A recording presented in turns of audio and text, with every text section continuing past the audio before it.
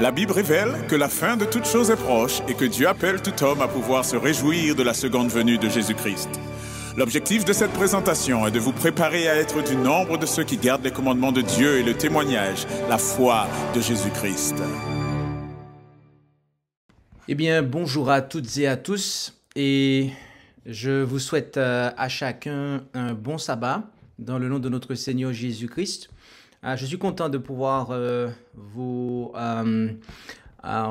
retrouver, ou en tout cas être avec vous ici en France pour après ce voyage que j'ai eu en Afrique, en Côte d'Ivoire très précisément.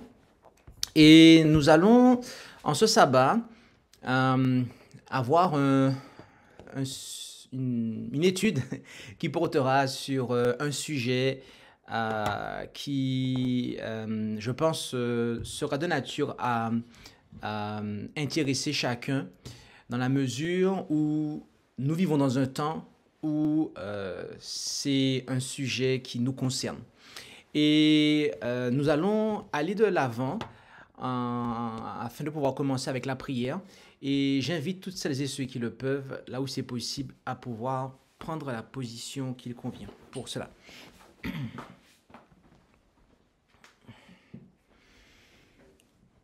Prions. Notre Dieu, notre Père céleste, nous voulons te remercier pour ce privilège que tu nous accordes de nous présenter devant toi. Et alors que nous allons ouvrir ta parole, nous te demandons de nous bénir en nous conduisant par ton Saint-Esprit, afin que nous puissions comprendre le sujet que nous allons aborder durant cette heure. Et tout cela, c'est au nom de Jésus, ton Fils, que nous te le demandons et pour ta gloire. Amen.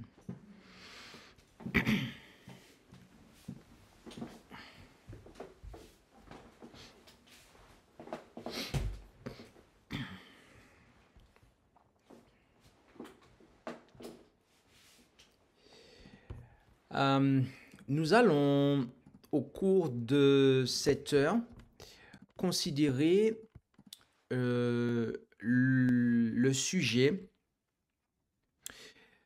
Nous allons considérer le sujet du jeûne dans la Bible. Tel est et sera le thème de cette présentation, de cette étude, le jeûne dans la Bible. Et il va sans dire que nous allons parcourir la Bible de manière à découvrir ce qu'elle nous enseigne quant au jeûne. Donc, c'est parti. Le jeûne, c'est l'abstinence de nourriture. Le Robert Dictionnaire va vous dire que le jeûne, c'est le fait de se priver volontairement de toute nourriture. Et de manière étendue, c'est l'abstinence de nourriture, que ce soit à des fins religieuses ou par manque de nourriture.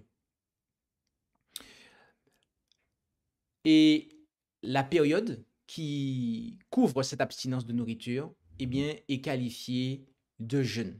D'accord? Maintenant, nous allons commencer cette étude en établissant un point important et fondamental. Nous allons directement aborder cela. C'est que ce point est le suivant. L'Ancien Testament, et très précisément dans le Pentateuque, nous ne trouvons aucun commandement divin exigeant l'abstinence de nourriture comme une obligation religieuse, sauf pour le jour des expiations. Je répète cela. Dans le Pentateuque, dans les 5 livres de Moïse, qui régissent il régissait la vie du peuple de Dieu d'Israël ancien, la seule obligation divinement instituée de jeûner était lors du jour des expiations. Mis à part ce jour-là, il n'y a aucune obligation divine, aucune ordonnance pour Israël, dans les 5 livres de Moïse, de pouvoir jeûner. Nous allons voir ça ensemble en Lévitique, chapitre 16, au verset 30 et 31, où il nous est dit ce qui suit. En effet, en Lévitique 16, versets 30 et 31, il nous est dit: car en ce jour-là, le sacrificateur fera expiation pour vous afin de vous purifier. Ainsi, vous serez purifiés de tous vos péchés en la présence de l'Éternel. Ce vous sera donc un sabbat de repos et vous affligerez vos âmes. C'est une ordonnance perpétuelle.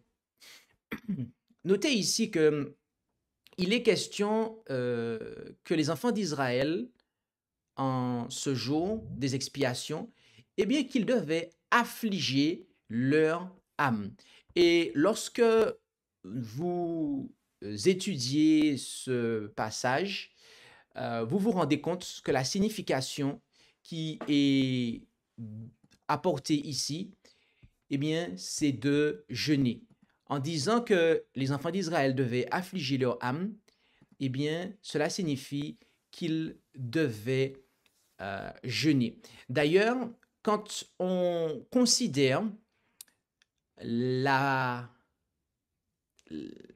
vision que les Hébreux à l'époque du Nouveau Testament avaient de ce jour, notamment à la lumière d'Actes 27, verset 9, eh bien, nous voyons ce qu'il en est, par exemple, pour Paul.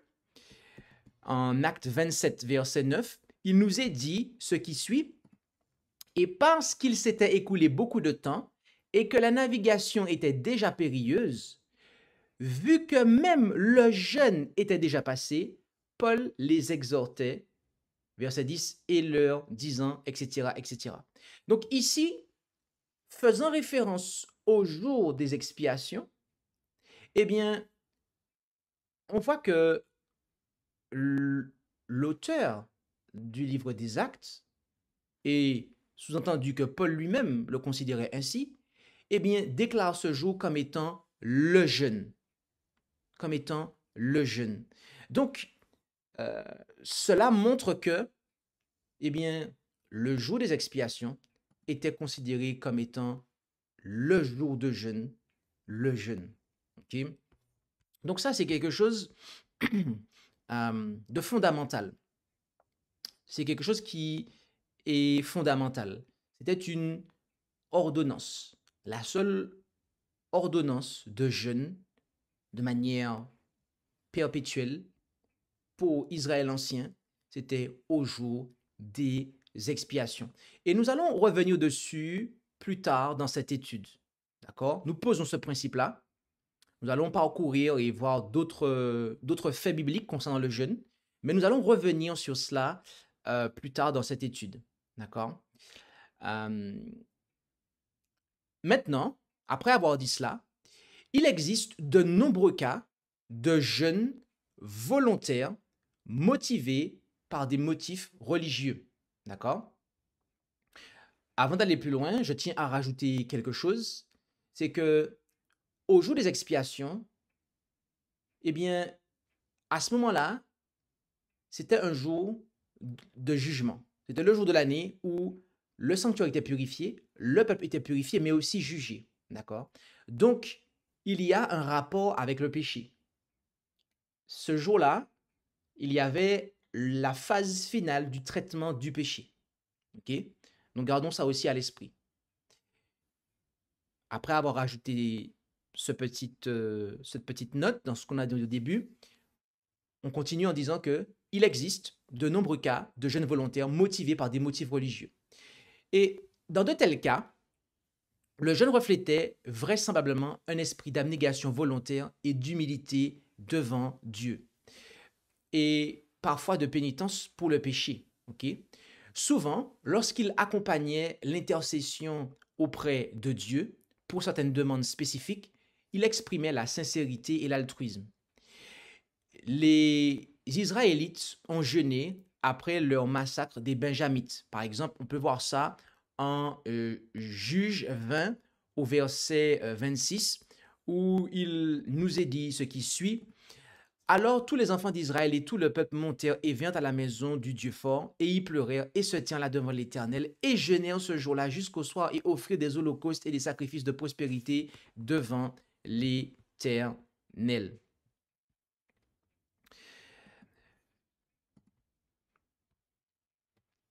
Ils l'ont fait de nouveau en signe de repentance de l'idolâtrie lorsqu'ils ont intercédé auprès de Dieu pour être délivrés des Philistins, comme on le voit en 1 Samuel 7 au verset 6, lorsqu'il nous est dit « Ils s'assemblèrent donc à Mitzpah et ils y puisèrent de l'eau qu'ils répandirent devant l'Éternel, et ils jeûnèrent ce jour-là et dirent « Nous avons péché contre l'Éternel. » Et Samuel jugea les enfants d'Israël à Mitzpah.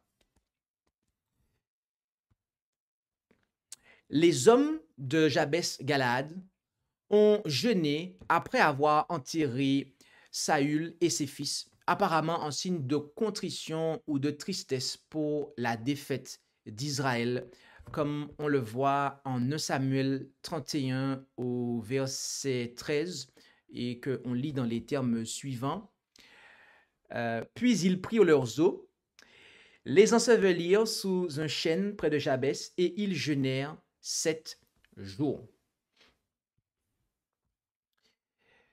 Plus tard, David a jeûné en intercédant auprès du Seigneur pour la vie du fils que lui avait donné Bathsheba. Et nous voyons cela en 2 Samuel 12, chapitre au verset 21 jusqu'au verset 23 qu'on lit dans les termes suivants. Et ses serviteurs lui dirent, « Qu'est-ce que tu fais?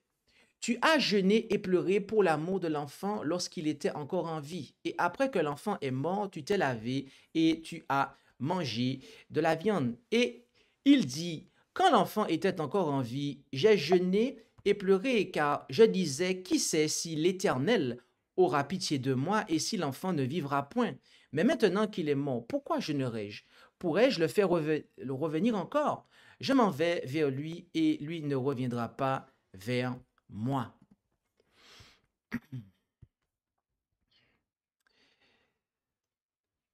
Daniel a jeûné en intercédant auprès de Dieu pour la fin de la captivité, tel qu'on peut le voir en Daniel 9 au verset 3, où il nous est dit « Je tournai ma face vers le Seigneur Dieu, cherchant à faire requête et supplication avec le jeûne, le sac et la cendre. » Esdras et son groupe d'exilés de retour ont jeûné en priant pour la protection divine lors de leur voyage de retour à Babylone, à Jérusalem, comme on peut le voir en Esdras 8 au verset 23 dans les termes suivants. « Nous jeûnâmes donc et nous implorâmes le secours de notre Dieu à cause de cela, et il fut fléchi par nos prières. » Néhémie s'est abstenu de nourriture en apprenant la grande affliction et l'opprobre subie par les exilés de retour à Jérusalem, comme on peut le voir en Néhémie chapitre 1 au verset 4 dans les termes suivants. « Or, il arriva que dès que j'eus entendu ces paroles, je m'assis, je pleurais, je menais deuil quelques jours, je jeûnais et je fis ma prière devant le Dieu des cieux. »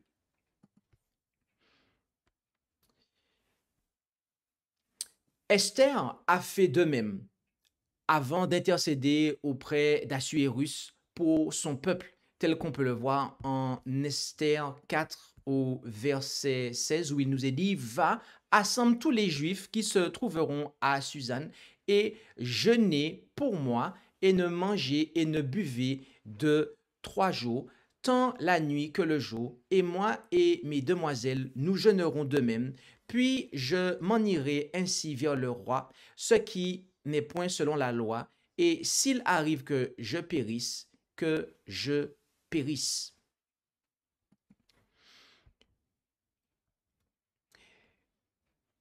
Et bien évidemment, on a vu qu'elle a aussi invité les Juifs à faire de même, Esther.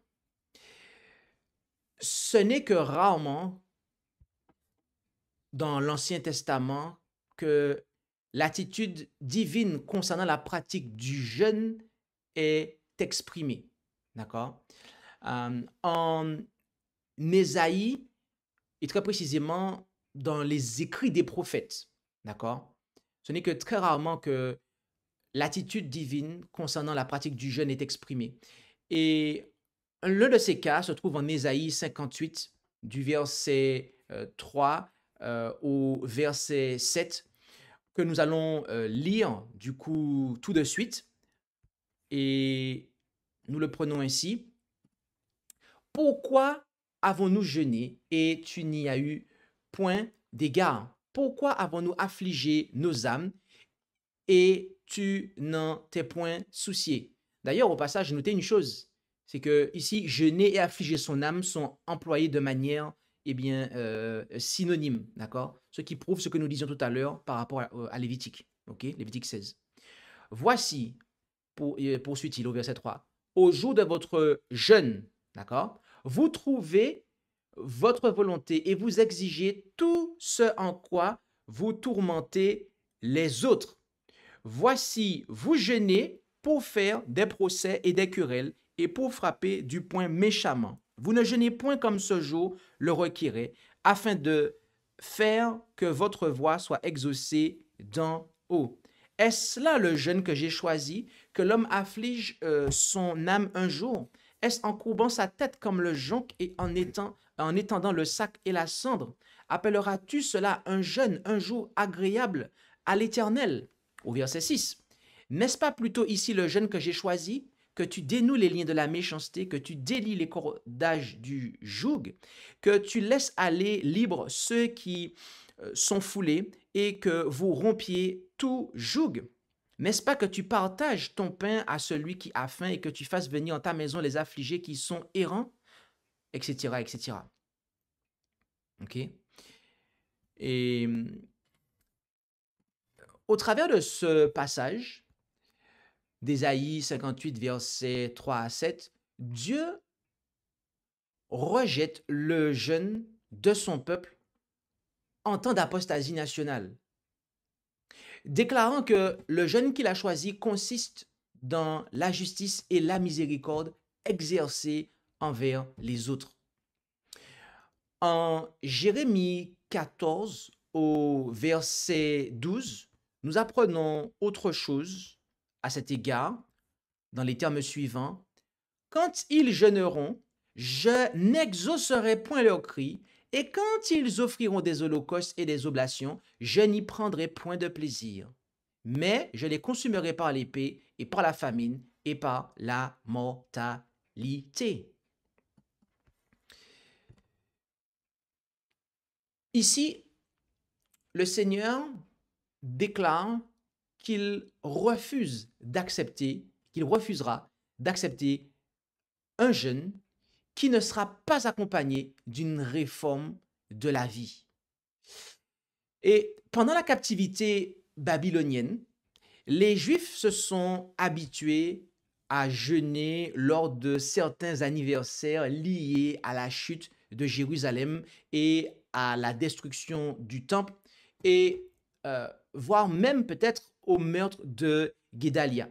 Nous voyons cela au travers de plusieurs passages, comme celui de Zacharie 7, verset 5, où nous lisons « Parle à tout le peuple du pays et aux sacrificateurs, et leur dit, quand vous avez jeûné et pleuré au 5e mois et au 7e, il y a déjà 70 ans, avez-vous célébré ce jeûne pour l'amour de moi ?»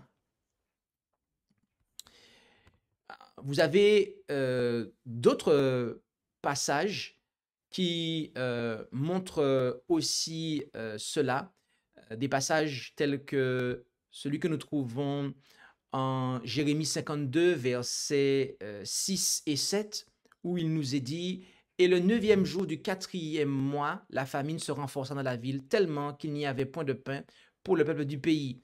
Alors la brèche fut faite à la ville, et tous les gens de guerre s'enfuirent et sortirent de nuit hors de la ville par le chemin de la porte entre les 2 murailles qui étaient près du jardin du roi. Or les Chaldéens étaient tout autour de la ville et s'en allèrent par le chemin de la campagne.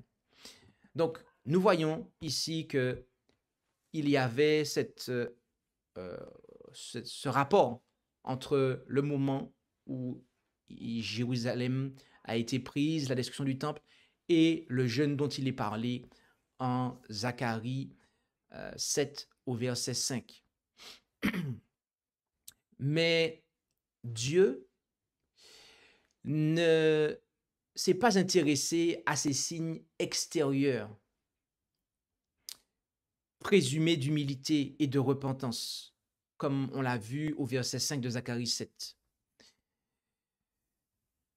Ce n'est qu'une seule fois, en dehors du Pentateuque, en dehors de quelque chose de systématique, c'est-à-dire lors du jour des expiations.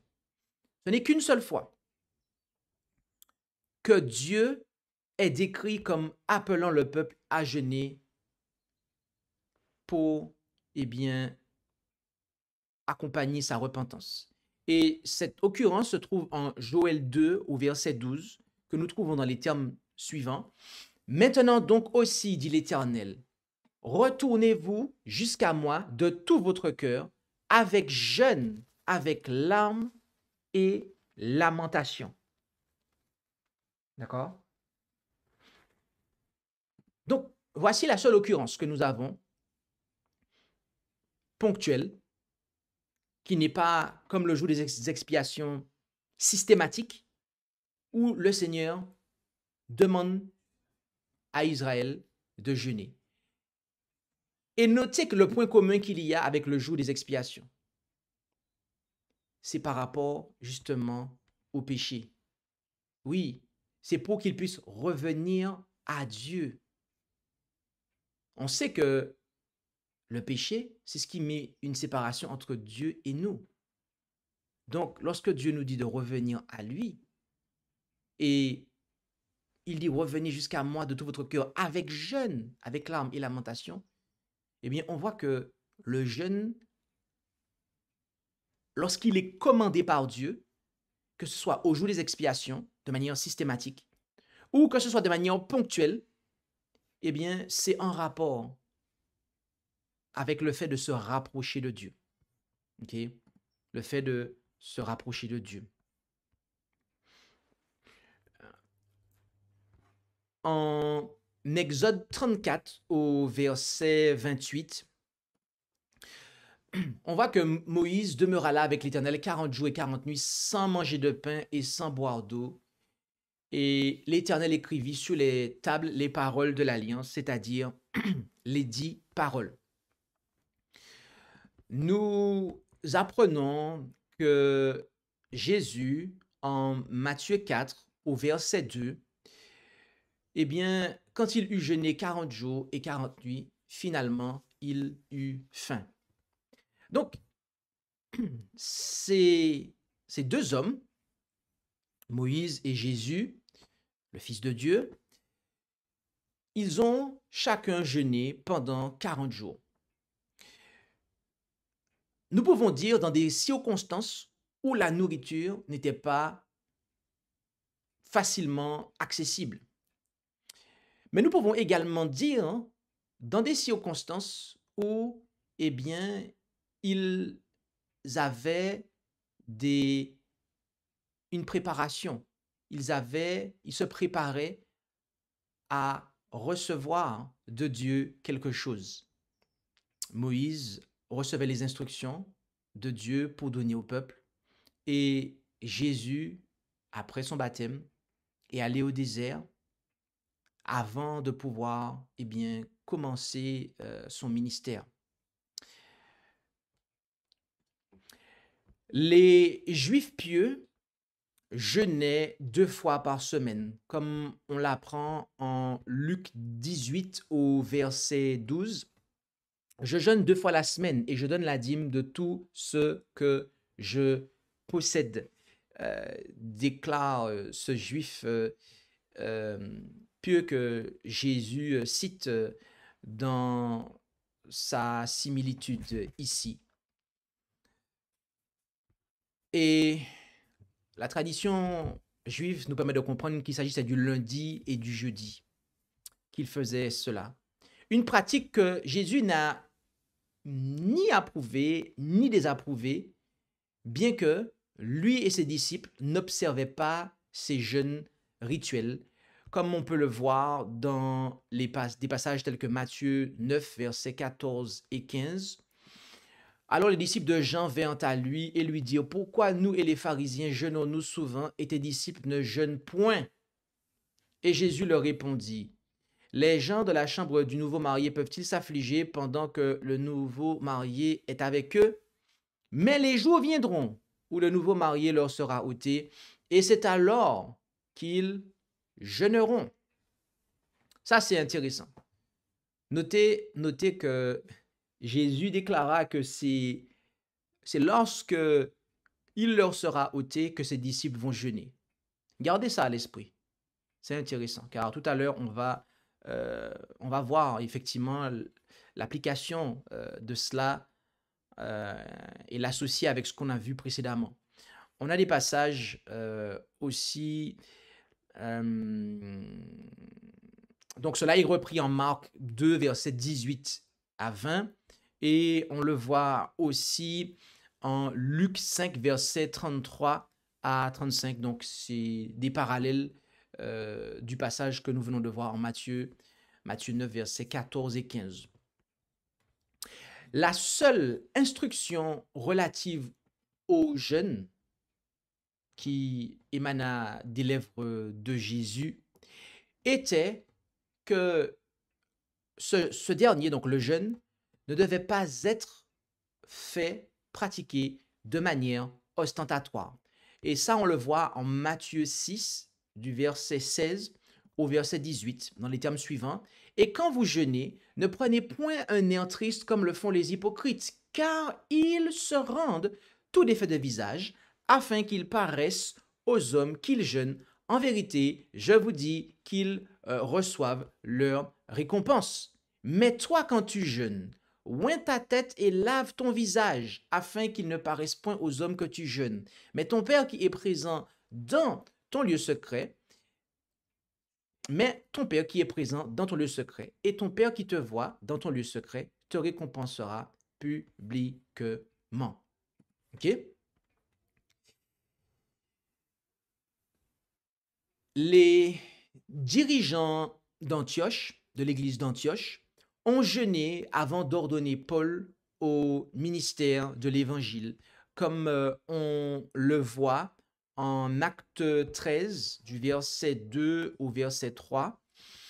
Et comme ils servaient le Seigneur dans leur ministère et qu'ils jeûnaient, le Saint-Esprit dit, « Séparez-moi Barnabas et Saul pour l'œuvre à laquelle je les ai appelés. » Alors, ayant jeûné et prié, et leur ayant imposé les mains, ils les laissèrent partir. L'apôtre Paul a ensuite suivi la même pratique lors de l'ordination des anciens dans les églises locales qu'il a établies, comme on peut le voir au chapitre 14 et au verset 23 du livre des Actes. Et après que par la vie des assemblées, ils eurent établi des anciens dans chaque église, ayant prié avec jeûne, ils les recommandèrent au Seigneur en qui ils avaient cru. Donc, ici, on voit que lorsque une décision importante devait être prise, concernant l'Église notamment, eh bien, on voit que ces responsables jeûnaient, d'accord? Ils jeûnaient.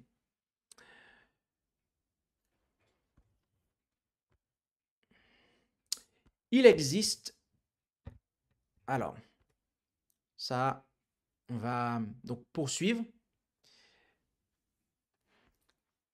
Il y a une chose que nous devons comprendre, d'accord?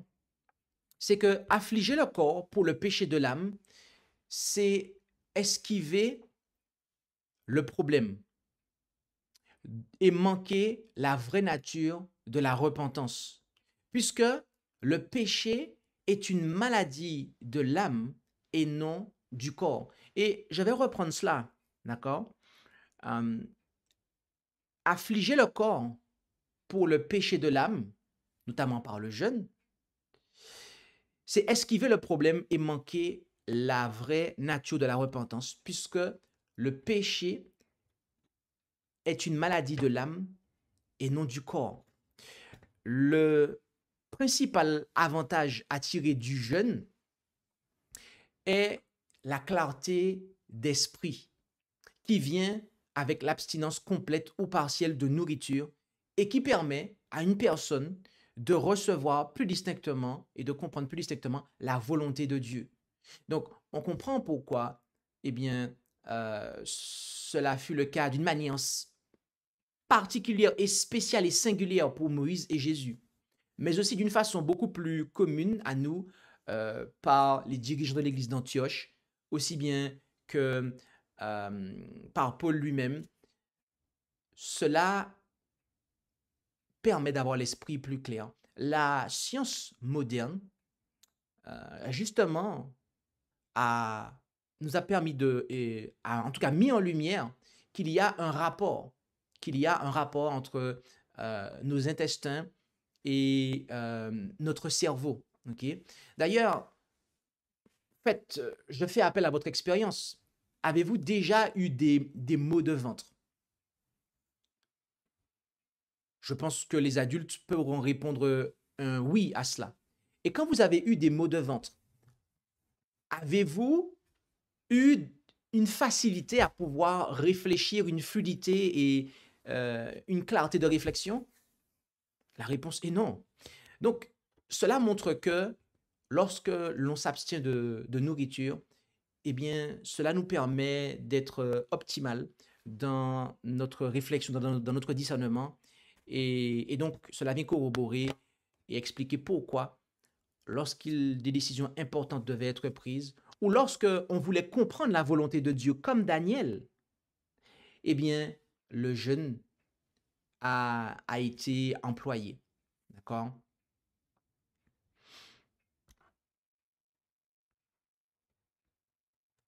De notre côté, il y a souvent une telle concentration sur la recherche de l'aide divine dans un moment de crise que le besoin physique et le désir de nourriture sont parfois contournés.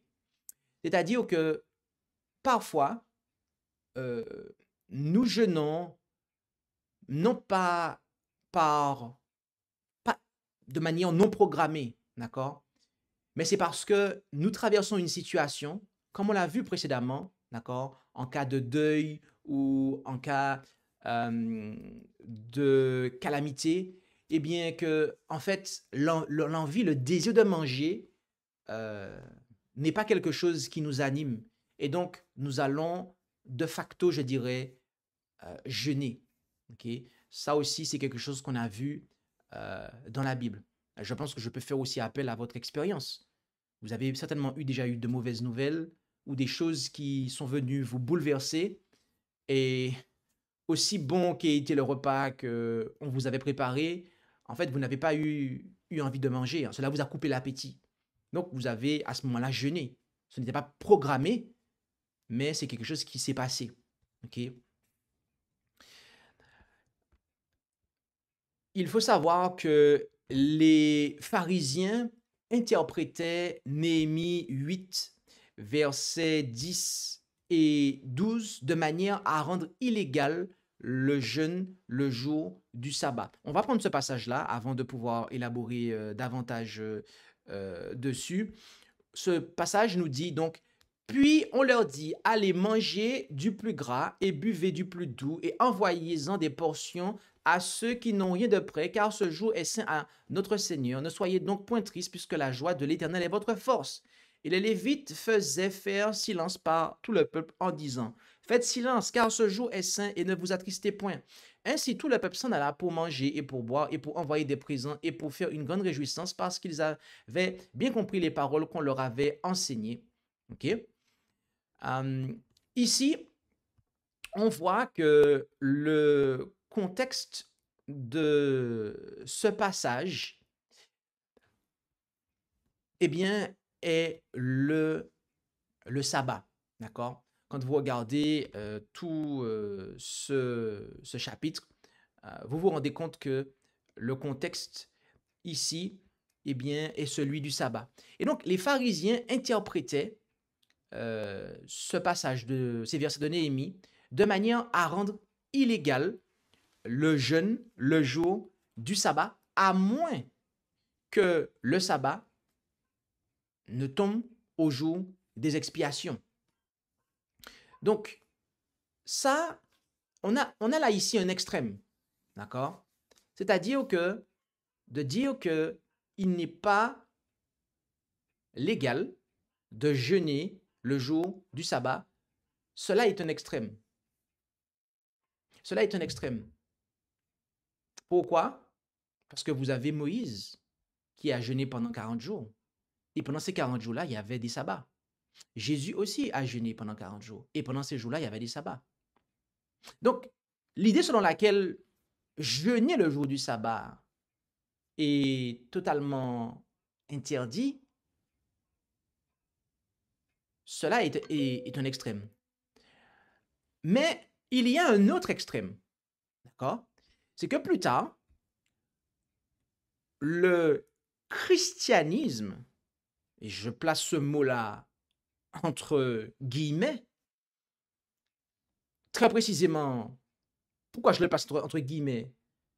C'est parce que le paganisme sous forme de christianisme, à savoir la papauté qui dirige l'Église catholique romaine, eh bien, a fait du sabbat du 7e jour un jour de jeûne et du dimanche un jour de fête.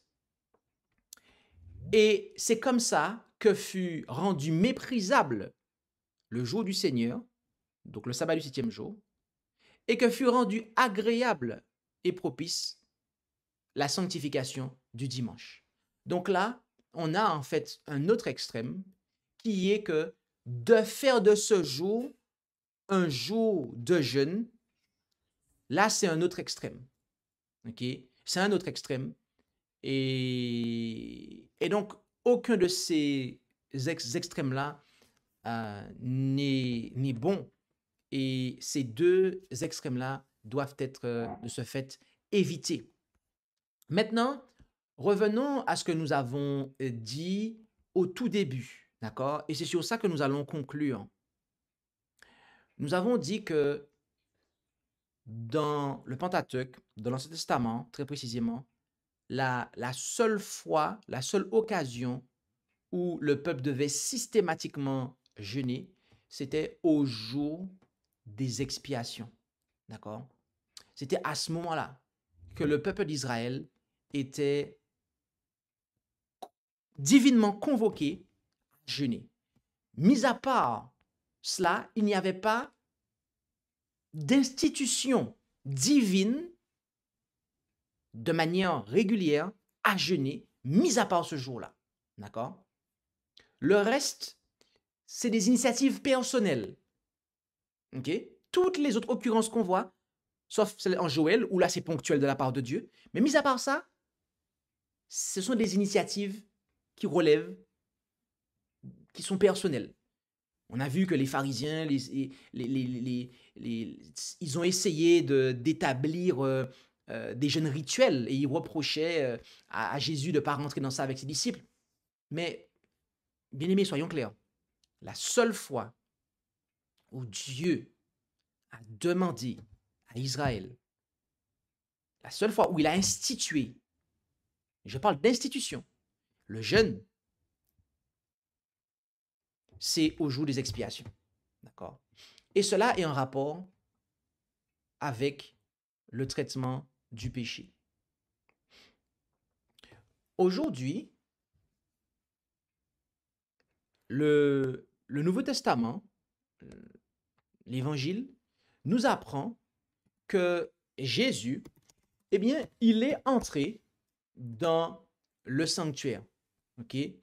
Il est entré dans le sanctuaire. On voit cela en Hébreu 8, à compter du verset 1. Or, la brèche de notre discours, c'est que nous avons un tel souverain sacrificateur qui est assis à la droite du trône de la majesté de Dieu dans les cieux, ministre du sanctuaire et du vrai tabernacle que le Seigneur a dressé et non pas les hommes. Et nous apprenons également, quand nous étudions la Bible, en Apocalypse 11, à compter du verset 19, eh bien, que alors le temple de Dieu fut ouvert au ciel et l'arche de son alliance fut vue dans son temple. Pourquoi nous prenons ce passage? C'est parce que au jour des expiations, c'était à ce jour-là que le souverain sacrificateur rentrait dans le lieu très saint du sanctuaire céleste, dans laquelle se trouvait l'arche de l'alliance, laquelle contenait les tables de l'alliance, et ces tables contenaient, c'est sur ces tables-là qu'étaient écrites les paroles de l'alliance. D'accord? Et donc, lorsque, en Apocalypse 11, verset 19, on nous dit que l'arche de l'alliance fut vue dans le temple, qui est lui-même au ciel, cela nous montre qu'il y a non seulement dans le sanctuaire qui est dans le ciel, dans lequel Jésus est entré, qu'il y a un lieu très saint. D'accord? Qu'il y a un lieu très saint. Et que dans ce lieu très saint, il y a l'arche. Et s'il y a l'arche de l'alliance, non pas n'importe quelle arche, l'arche de l'alliance, eh bien c'est qu'il y a dans cette arche les tables de l'alliance et que sur ces tables sont inscrites les paroles de l'alliance. Et bien aimé, lorsque nous étudions la prophétie biblique, nous nous rendons compte eh bien, que ce verset-là, ce n'est pas un verset dont l'accomplissement est dans le futur. Cela s'est déjà produit. D'accord? Et cela est à mettre en rapport avec Daniel 8, verset 14, où on nous parle eh bien, de la purification du sanctuaire à la fin des 2300 soirs et matins ou années, lesquels aboutissent en 1844. Donc, à compter de cette période, Jésus-Christ est entré dans le lieu très saint du sanctuaire céleste. Et à compter de cette période, d'accord, nous vivons dans le jour antitypique des expiations. Nous vivons dans le jour de jeûne, dans le jour où il nous est demandé, où il a été demandé à l'Israël de Dieu de jeûner. Maintenant, arrivé à ce stade, nous pourrions nous dire, oui, mais est-ce à dire que nous devons nous abstenir totalement de nourriture? Il serait difficile d'interpréter les choses ainsi, car cela voudrait dire que, eh bien, nous ne pourrons pas vivre longtemps si nous devons nous abstenir de nourriture totalement depuis 1844. Je pense que vous comprenez ce que je veux dire, ça a du sens.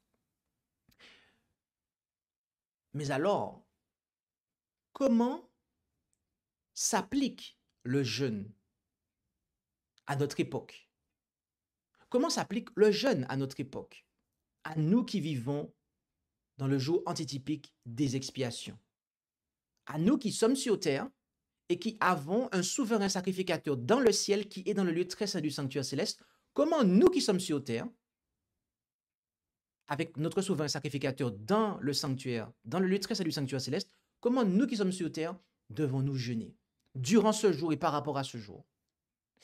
Alors, j'aimerais répondre à cette question en deux temps. J'aimerais répondre à cette question en deux temps.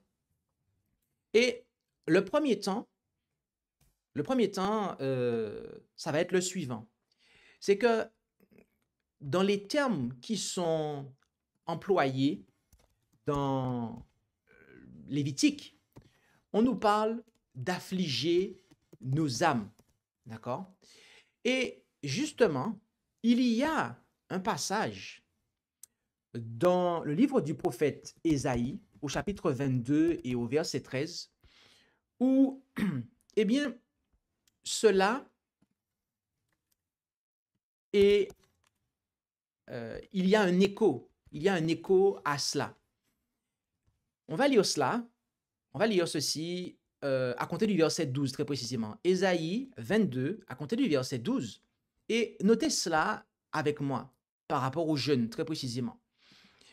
Et le Seigneur, l'Éternel des armées, vous a appelé ce jour-là aux pleurs et au deuil, à vous arracher les cheveux et à ceindre le sac. D'accord? Donc ici, ce que nous comprenons au verset 12, c'est que le Seigneur, en fait, a appelé le peuple à s'humilier. D'accord?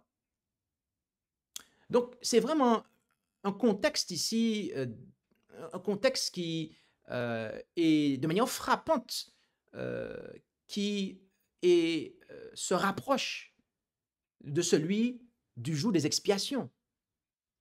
Là, on a le moment où le Seigneur appelle le peuple à s'humilier, donc à jeûner. Mais le verset 13 nous apprend, il nous dit que malheureusement, voilà qu'est-ce qui se passe face à la demande de Dieu. Voilà ce que le peuple fait. Et voici, il y a de la joie et de l'allégresse. On tue des bœufs, on égorge des moutons et on mange la chair et on boit du vin. D'accord? Puis on dit, mangeons et buvons, car demain nous mourrons. Donc, notez que ici, le Seigneur appelle à jeûner. Mais dans la réponse que le peuple donne, on voit qu'ils consomment de la chair animale et ils boivent du vin, compris ici comme étant alcoolisé. D'accord? Donc, Dieu a demandé un jeûne. Mais après, on apprend que le peuple n'obtempère pas. Et il n'obtempère pas, non pas en mangeant du concombre et des courgettes, du brocoli, etc. Non, il n'obtempère pas en mangeant de la viande et en buvant de l'alcool, en fait. Donc, on comprend ici que le jeûne qui est demandé au peuple de Dieu alors que Jésus est dans le lieu très saint du sanctuaire céleste, ce n'est pas un jeûne absolu, ce qui est impossible depuis 1844. Mais c'est le fait de s'abstenir de consommer certaines choses. D'ailleurs, pour information, nous qui vivons à cette époque où Jésus-Christ est dans le lieu très saint du sanctuaire céleste, nous préparons et nous sommes appelés à préparer la seconde venue de Jésus. Et Jésus est venu une première fois sur terre. Et Dieu a suscité un homme qui a préparé la première venue de Jésus. Et cet homme avait un régime alimentaire particulier, Jean-Baptiste. Miel sauvage et sauterelles. Mais les sauterelles dont il mangeait n'étaient pas les insectes. C'était le fruit du caroubier qui est appelé sauterelle. C'est pour ça d'ailleurs que cet arbre et son fruit sont qualifiés du pain de Saint Jean-Baptiste. D'accord? Quand vous allez au Moyen-Orient, c'est comme ça qu'il est appelé. Donc Jean-Baptiste, il nous faut bien comprendre cela, il était végétarien. D'accord? Il avait un régime particulier, une diététique particulière. Et en ce sens, on peut dire qu'il jeûnait. Non pas que c'était un jeûne absolu. Ce n'était pas un jeûne sec. D'accord? Mais il s'abstenait de consommer certaines nourritures. Lorsque, par exemple, vous jeûnez mais que vous buvez de l'eau, on va dire que c'est un jeûne hydrique. Lorsque vous ne consommez que des fruits, ok, on va dire que vous faites un jeûne de fruits, etc. Et aujourd'hui, on a aussi même le jeûne intermittent, où il y a des personnes qui ne vont manger que deux repas. Ils n'en prendront pas le troisième. Donc, et parfois dans la Bible, comme on l'a vu pour Esther, elle a précisé, ne mangez pas et ne buvez pas. Donc, cela nous montre que le jeûne n'est pas nécessairement une abstention totale de matériel, c'est-à-dire nourriture et liquide, eau. etc. D'accord?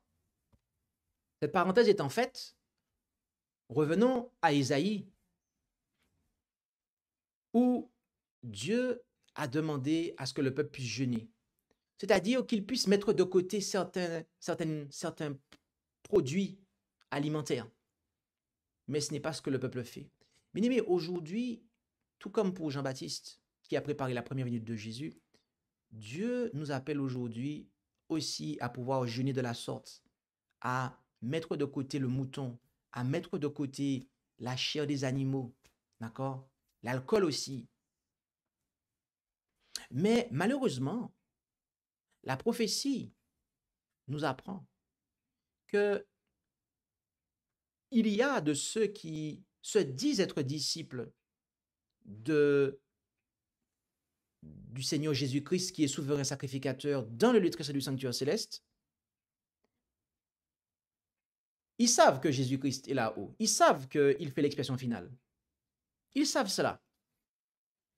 Et ils savent que Dieu appelle à s'humilier de la sorte.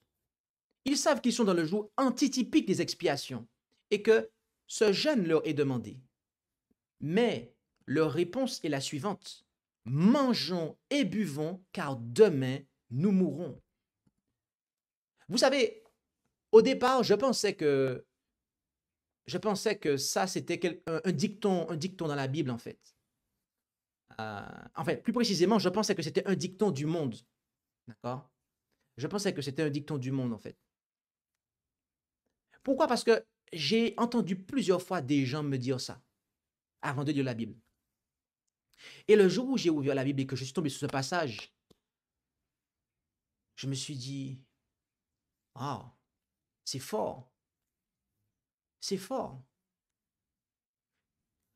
Alors, il est fort possible que les gens connaissent ce passage-là et ont, en toute rébellion, repris ces paroles pour signifier qu'ils n'allaient pas se conformer à cela et que c'est devenu un dicton du monde. Beaucoup de dictons comme ça sont liés à des détournements de la Bible, en fait. Mais il y en a peut-être qui ne le savent pas et qui néanmoins ont dit cela, en fait.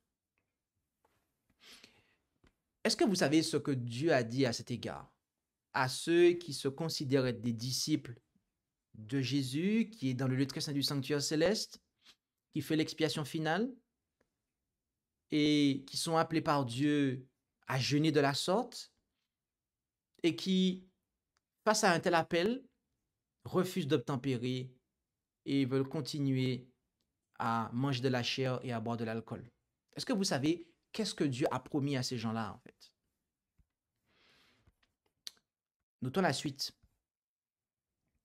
C'est Dieu qui parle. Or, l'Éternel des armées m'a déclaré, disant, si jamais cette iniquité vous est pardonnée, que vous n'en mouriez, a dit le Seigneur, l'Éternel des armées. D'accord? Autrement dit, qu'est-ce que cette parole signifie, en fait? Qu'est-ce que cette parole signifie? Non, vraiment, c'est terrible. Je vais faire en sorte que vous puissiez comprendre ce que cela signifie parce que c'est vraiment... On va afficher notre version pour vous, d'accord? Pour que vous puissiez voir de quoi il s'agit. D'accord? Et notez avec moi ce que on lit, par exemple, dans la version second 21. D'accord? L'Éternel, le Maître de l'univers, me l'a révélé. Non, cette faute ne vous sera pas pardonnée jusqu'à votre mort. Voilà ce que le verset 14 signifie, en fait, dans un langage qui est beaucoup plus, on va dire, moderne pour nous. Ça veut dire que c'est une faute qui est impardonnable, en fait, pour ce peuple-là, en fait. Pour l'Israël qui vit de Dieu, qui se revendique être de Dieu, qui a un souverain sacrificateur qui est dans le lieu très saint du sanctuaire céleste, et qui, face à cet appel aux jeunes, c'est-à-dire à mettre de côté la chair animale et l'alcool, qui délibérément, eh bien, annonce manger et boire car demain ils vont mourir. Dieu leur dit effectivement, mangez, buvez. Vous dites mangez, buvez, demain vous mourrez, c'est ce qui va se passer en fait. C'est un péché impardonnable. Et le péché impardonnable, bien aimé, c'est le péché contre le Saint-Esprit. On est d'accord avec ça? Oui, lorsque Dieu nous dit quelque chose et qu'on refuse de le faire, on pêche contre son esprit en fait.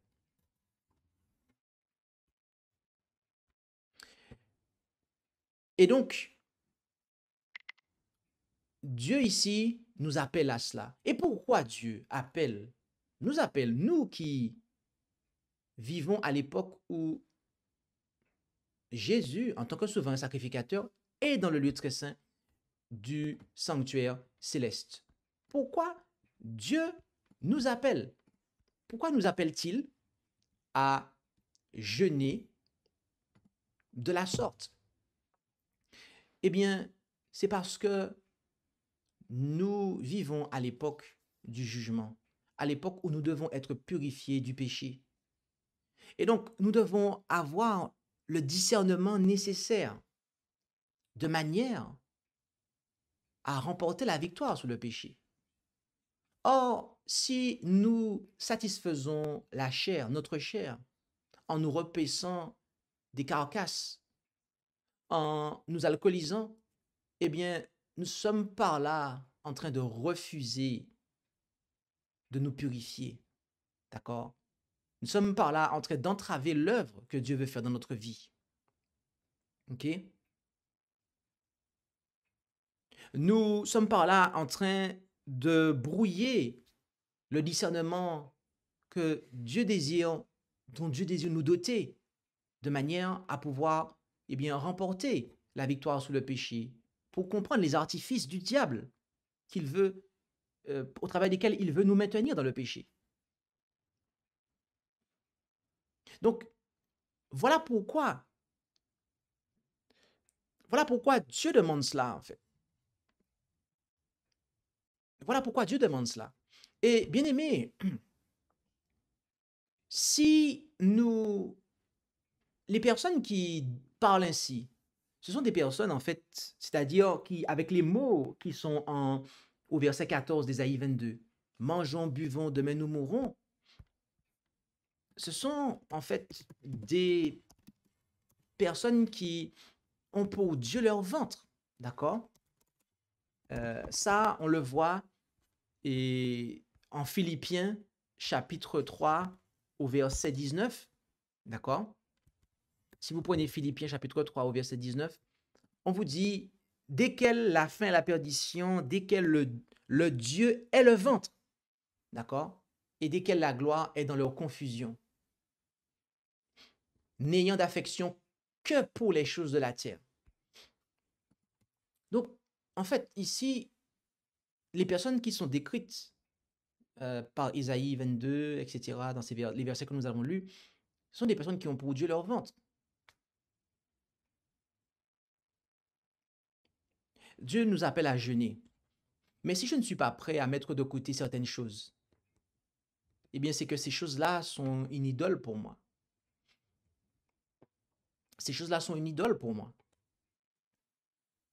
Et si je ne peux pas mettre de côté certaines choses qui sont consommées ici-bas sur terre, sachant que la nourriture idéale qui avait été prévue par Dieu ne comportait pas de chair animale et encore moins d'alcool. Donc, on voit ici qu'à ce moment-là de cette histoire de la terre, Dieu nous ramène en Éden. OK? Mais est-ce que je serai en mesure de pouvoir remporter la victoire sur la bête et sur son image? On sait que lorsqu'on étudie la prophétie biblique, la bête qui monte de la mer est un symbole de la papauté. D'accord? La bête qui monte de la terre est un symbole des États-Unis d'Amérique. Et que cette deuxième bête fait une image à la première bête. D'accord?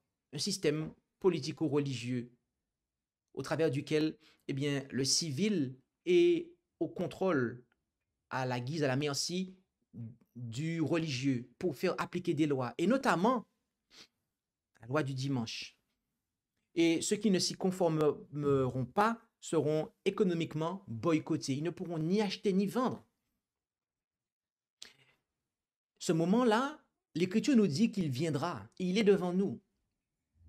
Mais lorsque ce moment-là viendra, bien-aimés, moment où nous ne pourrons ni acheter ni vendre, si nous n'avons pas pris l'habitude de dompter notre appétit, en mettant de côté tout ce qui est excitant, tout ce qui vient troubler notre discernement, l'alcool, mais aussi la chair animale qui est un excitant. D'accord? Si nous n'avons pas pris l'habitude de jeûner ainsi, mais aussi si nous n'avons pas pris l'habitude, eh bien, lorsque nous avons un combat spirituel à mener, de pouvoir jeûner, c'est-à-dire pendant une journée ou deux, le temps que de pouvoir, eh bien, mieux comprendre la volonté de Dieu et acquérir des forces spirituelles pour lutter contre un péché bien déterminé. Donc, c'est cumulatif ici le jeûne.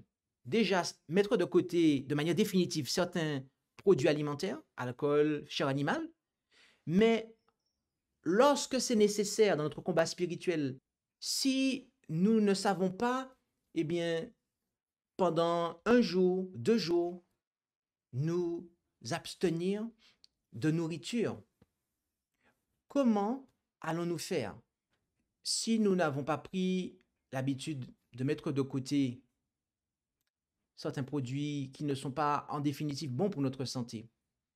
Et qu'en plus de ça, lorsque nous avons un combat spirituel à mener, que nous ne sommes pas en mesure de pouvoir nous abstenir un jour ou 2 ou 3 de nourriture afin de pouvoir lutter pour obtenir la victoire. Comment ça va se passer lorsque on aura la marque de la bête qui sera là, qui sera imposée?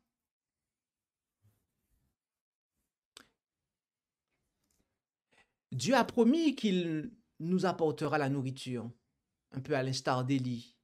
Il est capable de pouvoir dresser une table dans le désert pour nous. Il est capable de pouvoir commander au corbeau de venir nous donner à manger. Mais si Dieu décide que le corbeau viendra après 1 jour ou 2, voire 3, pour nous apporter à manger, et que nous n'avons pas pris l'habitude de jeûner de manière cumulative, c'est-à-dire, premièrement, mettre de côté certaines substances, produits, dits alimentaires, chair animale, alcool. Ensuite, que nous n'avons pas, en fait, développé la capacité de nous passer de nourriture pendant une journée ou 2. En fait, ce qui va se passer, c'est que nous allons tout simplement prendre la marque de la bête à la main, en fait. Même si nous savons, en fait, que le sabbat, c'est le 7e jour, et que ce n'est pas le dimanche. Mais comme nous avons pour Dieu notre ventre, eh bien, juste pour continuer à servir et à adorer le Dieu ventre, très précisément, le Dieu mon ventre, eh bien, nous allons prendre la marque de la bête à la main, en fait. Donc, bien-aimés, plaise à Dieu que nous puissions comprendre le jeûne à la lumière de ce que nous avons pu présenter durant cette heure. Et une fois n'est pas coutume, nous allons prendre des questions. Donc, si vous avez des questions, nous allons prendre 15 minutes pour pouvoir répondre à celles-ci. Donc, n'hésitez pas à pouvoir poser vos questions et nous allons les prendre. Voilà, dans votre intervention, vous avez dit que le jeûne est un problème ça veut dire que le péché est un problème de l'âme et non du corps. Voilà, et je voudrais comprendre cette expression puisque nous savons tous qu'il n'y a pas une âme à part, c'est le souffle plus le corps qui est une âme vivante. Si vous dites que le péché est un problème d'âme et non du corps, je n'arrive pas à comprendre cette partie. Je voudrais des éclaircissements. Merci. Ok. En fait, l'âme comporte le corps aussi bien que l'esprit. D'accord? Il y en a qui pensent qu'ils pêchent, mais c'est leur corps. C'est leur corps qui les pousse à pécher. Sauf que, non, si nous péchons, c'est parce que nous avons une pensée qui est charnelle. Nous avons une pensée, un esprit qui est charnel et qui est affaibli. D'accord? Et l'objectif du jeûne n'est pas d'affaiblir notre chair, que certains vont considérer comme étant la cause du péché ou qu'on a un corps qui nous fait pécher. Mais c'est de pouvoir favoriser le discernement de l'esprit afin de comprendre la volonté de Dieu et de gagner en discernement, donc comme je le disais, et aussi en force spirituelle pour vaincre. Parce que, pour faire simple, Jésus a dit, celui qui regarde une femme dans son cœur pour la convoiter a déjà commis un adultère avec elle. Okay? Donc, cela montre que le péché, il prend naissance ici, en fait. C'est à l'intérieur, là, en haut. C'est pas en bas, en fait. Donc, je ne sais pas si ça a été plus clair. Je dis merci beaucoup, c'est clair. Ok, gloire à Dieu. Ok. En tout cas, si vous avez des questions par rapport à ce sujet et que vous n'avez pas le temps de les poser, vous pourrez toujours les poser dans les commentaires de l'enregistrement qui sera laissé sur Internet et nous y répondrons aussi de la même manière. Eh bien, je vous invite à pouvoir prendre la position qui convient pour la prière.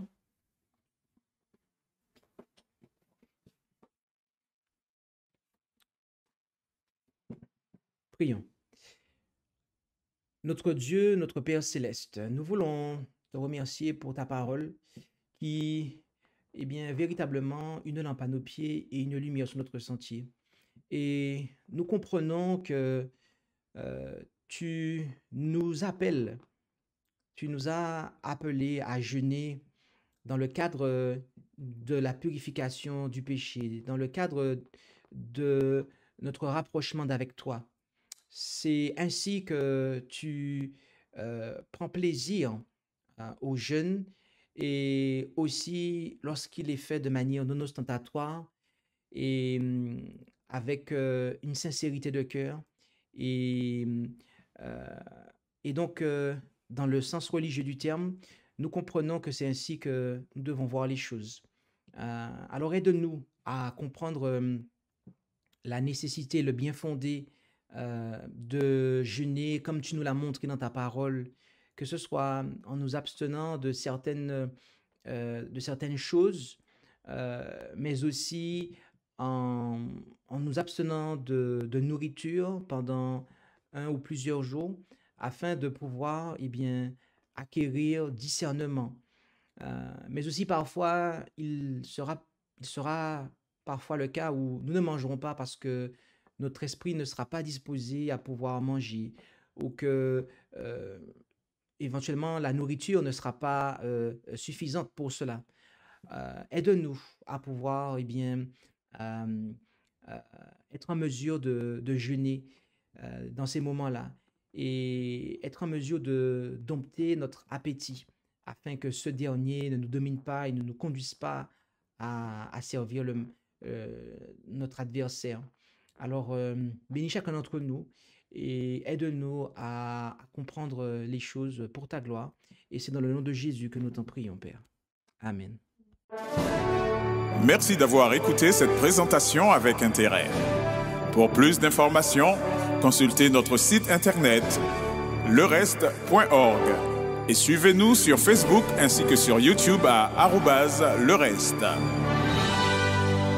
Vous pouvez aussi nous contacter par email à info@lereste.org ou par téléphone au +33 6 12 60 13 69.